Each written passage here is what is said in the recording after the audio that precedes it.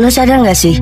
Belakangan ini banyak banget orang yang nekat jalan kaki atau naik kendaraan seadanya buat pergi ke Mekah. Ada yang naik sepeda, ada yang naik motor, bahkan ada yang jalan kaki berbulan-bulan. Fenomena ini viral di media sosial dan masyarakat Indonesia yang terkena religius langsung bereaksi. Ada yang kagum, ada yang simpati, tapi ada juga yang merasa ini tindakan yang gak masuk akal. Pertanyaannya, kenapa mereka melakukan ini? Apa karena panggilan hati, nazar, atau bahkan ada faktor lain? Gak bisa dipungkiri, era digital bikin segala sesuatu bisa jadi viral dalam hitungan jam. Bisa aja, tanpa disadari, sebagian dari mereka terdorong oleh ekspektasi publik atau harapan akan bantuan dari dukungan netizen. Tapi di luar itu semua, perjalanan ini bukan sesuatu yang sederhana. Lo harus lewatin puluhan ribu kilometer, menghadapi cuaca ekstrim, negara-negara dengan peraturan yang berbeda, urusan visa, dan segala macam rintangan yang gak bisa diremehin. Belum lagi resiko di perjalanan, seperti kecelakaan, kehabisan bekal, atau bahkan bahaya kejahatan. Nah, di video kali ini, gue bakal bahas fenomena ini di berbagai sisi. Kenapa bisa ada orang yang nekat seperti ini? Nah, buat tahu keseluruhannya semuanya udah gue jelasin di video kali ini, so tonton videonya sampai habis.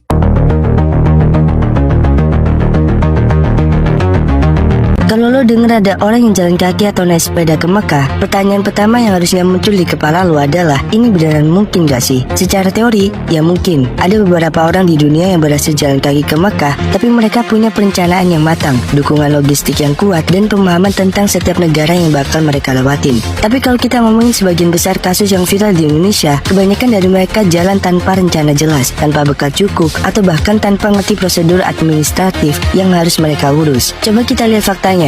Dari Indonesia ke Mekah itu sekitar 8.000 sampai 10.000 km, tergantung rute yang diambil. Kalau jalan kaki, itu bisa makan waktu 1 sampai 2 tahun kalau lo jalan setiap hari tanpa henti. Naik sepeda mungkin lebih cepat, tapi tetap aja berbulan-bulan. Nah, pertanyaannya, apakah perjalanan sepanjang itu bisa dilakukan tanpa persiapan matang? Sekarang kita breakdown tantangannya.